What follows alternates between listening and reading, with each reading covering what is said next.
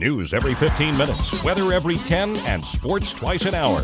Newstalk, KGVO, AM 1290 and 101.5 FM. You're listening to Montana Morning with Peter Christian. Powerful words from a Montana County Sheriff. Good morning, everyone. Montana Morning for Monday, July 18th, 2016. The sky is clear.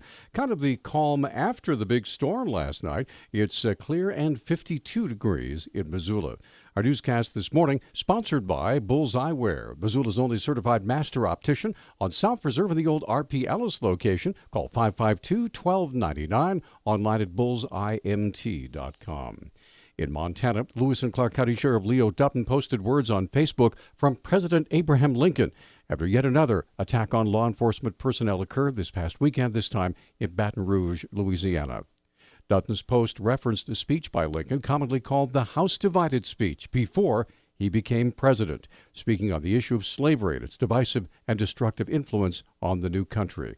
Lincoln's words were, quote, "A house divided against itself cannot stand.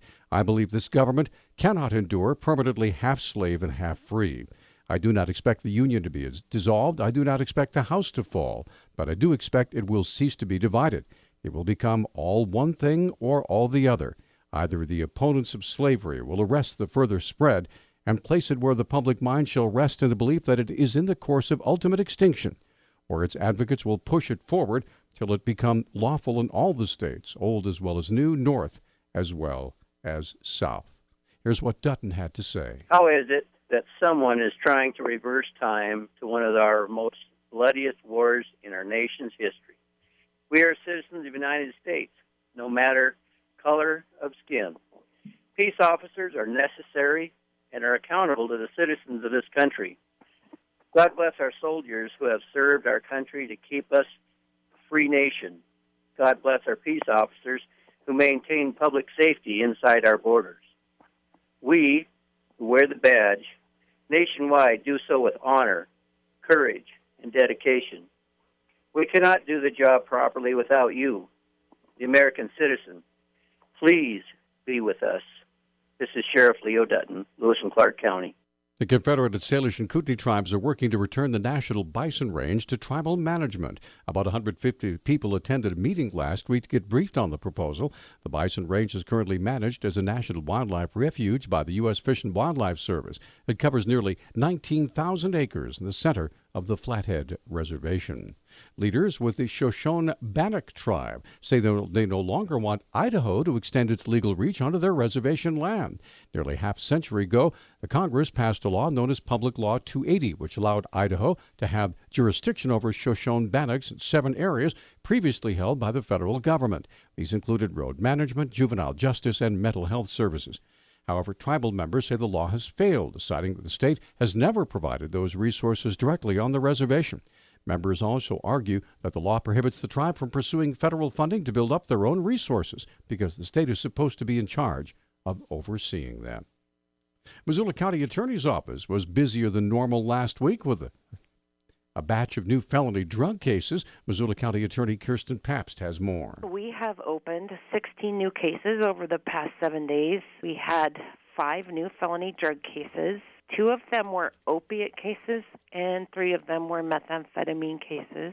On top of the drug cases were a large number of very diverse crimes. 2 felony DUI cases, 2 burglary cases, 2 fugitives that will shortly be going back to the jurisdictions that are seeking them. We had an assault with a weapon case that involved a threat with a shotgun, 1 surreptitious visual observation, 2 forgery cases, and 1 deceptive practices case. Pabst says no one was actually shot with a shotgun involved in the assault with a weapons case. Brittany Gardner, like many Missoulians, received some interesting mail last week notifying her of a very old parking ticket. So I got an unpaid parking ticket in the mail yesterday. I thought my husband had gotten a parking ticket in my car and didn't tell me, but little did I know it was from 2013. Way back in June of 2013. I was kind of nervous about that because I've heard that warrants can be put out for your arrest for parking tickets. Gardner said she called the parking commission to find out what was happening. She said, we're just sending them out in hopes that people pay them, but after parking tickets are a year old, they can't issue a warrant for these unpaid parking tickets because they didn't send them. She pretty much said, if you don't pay it, you choose not to pay it. So who would pay it is what I'm thinking. Missoula Parking Commission Director Rod Austin said the mass mailing of invoices came after new software was put in place with the Luke parking system. Austin says those that don't pay their fees may face even bigger fines on their next ticket. If they get another violation and that one's not paid, and they come in to pay one, we'll probably ask them. There probably is not going to be any other pursuit. Just, for most of them are small tickets. They're not all $5. There's some that are larger. But yeah, we're not going to send collections after them, at least the small ones. And if you got a parking ticket, you owe it. The letters were sent out last week and caused phones to ring off the hook at the Missoula Parking Commission. According to Austin, around 7,500 Missoulians got that letter. The Republican National Convention begins today. 27 delegates from Montana, along with more Montana alternates, are already there in Cleveland. Mike Hopkins, the only delegate from Missoula, is also in the crowd and explains his role as delegate. So what that means is that I'll be on the floor of the convention voting to approve or not approve the various changes to the platform, adopting the rules that have been selected by the Rules Committee, and inevitably voting for the Republican nominee for president. Because he's a delegate, Hopkins says he's been deluged with the emails advising him on how to vote. One of the things about being a delegate for either party is that you get slammed with emails from everybody who's trying to do anything at the convention. So myself, like every other delegate, has gotten a deluge of emails from individuals like those from the Unbind movement who are trying to get delegates unbound so that they can vote their conscience, as they like to say. Montana's 27 delegates look small compared to the total of 2,472 from all 50 states, Washington, D.C., even from American protectorates like Guam and Puerto Rico. Some areas, like American Samoa, only get 9 delegates. California boasts the largest, 172. There was a massive thunder and lightning show that lasted several hours yesterday afternoon into the evening throughout western Montana. Meteorologist Genki Kino with the National Weather Service in Missoula has the numbers. Looks like there was about 800 lightning strikes around western Montana yesterday. The storms kind of started developing after 3 o'clock, and then it was going through midnight.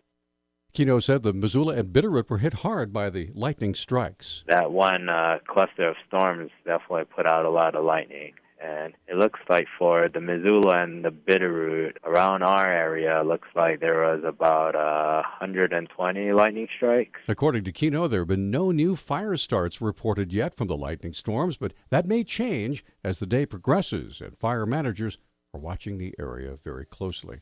Finally, the Montana Historical Society has a trove of vintage political commercials in its basement, mostly of former U.S. Senator Lee Metcalf.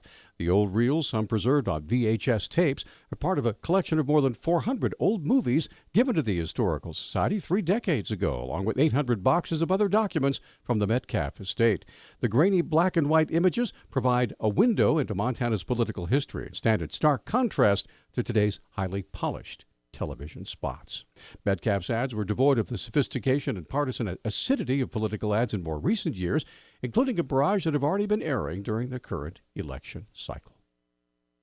Ah, the good old days. Newstalk time, 6:13. Newstalk, KGVO. Missoula's official weather station. Mostly sunny skies today with isolated showers and thunderstorms. Temperatures will be well above normal as we top out right around the 90-degree mark, dropping into the low 50s this evening. I'm meteorologist Brooke Foster for Missoula's KECI 13.